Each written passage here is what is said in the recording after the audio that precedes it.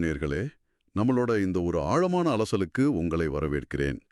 இன்னைக்கு நாம இந்த டிஜிட்டல் தொழில்நுட்பம் எப்படி நம்மளோட அன்றாட பண பயன்பாட்டோட இணையுது அப்படிங்கிறத பத்தி தான் பார்க்க போறோம். அதாவது டிஜிட்டல் உலகத்துல இருக்கிற ஒரு மதிப்பை அப்படியே ஒரு ஏடிஎம் இயந்திரத்துல நம்ம கையில தொட்டு பார்க்குற நிஜ பணமா மாத்துறது ஒரு நவீனகால மேஜிக் மாதிரி இல்லையா? இதுக்கு ஆதாரமா ராஜேஷ் சர்மா அப்படிங்கிறவர் பதிவேற்றின ஒரு யூடியூப் வீடியோவை நம்ம இன்னைக்கு எடுத்துக்கலாம். ஆமா, கண்டிப்பா.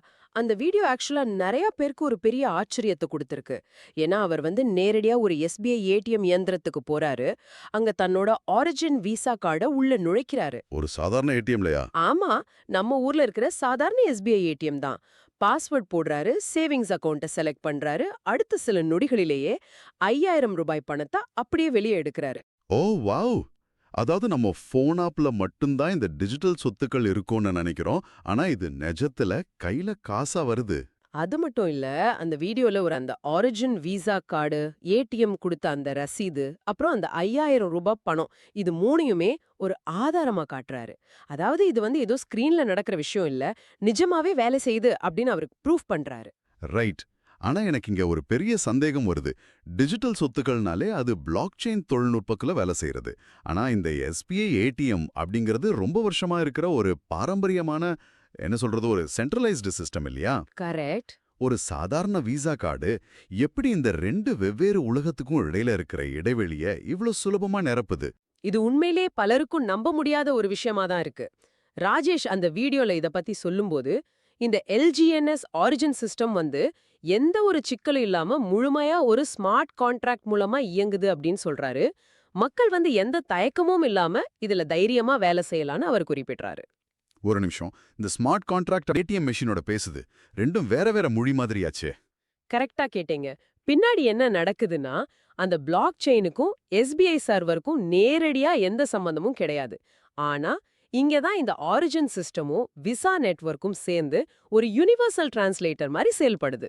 யுனிவர்சல் டிரான்ஸ்லேட்டர்னா அதாவது ஒரு மொழிபெயர்ப்பாளர் மாதிரி செயல்படுதா? ஆமா, நீங்க ஏடிஎம்ல கார்ட போட்டதும் எனக்கு பணம் வேணும்னு கேக்குற கோரிக்கை நேரா விசா நெட்வொர்க்குக்கு தான் போகும். விசா அத ஆரிஜின் சிஸ்டமோட ஸ்மார்ட் கான்ட்ராக்ட் கிட்ட கேக்கும்.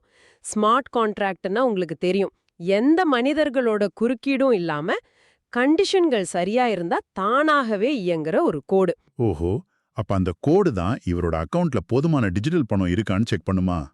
எக்ஸாக்ட்லி. பணம் இருந்தா அடுத்த மில்லி செகண்ட்ல அந்த டிஜிட்டல் சொத்தை பணமா மாத்தி பணத்தை குடுக்கலாம் அப்படின்னு ஒரு சிக்னலை விசா நெட்வொர்க் வழியா எஸ்பிஐ ஏடிஎம்க்கு அனுப்பிடும். அப்போ எஸ்பிஐ ஏடிஎம்க்கு பின்னாடி ஒரு பிளாக் செயின் இயங்குறது தெரியவே தெரியாதா?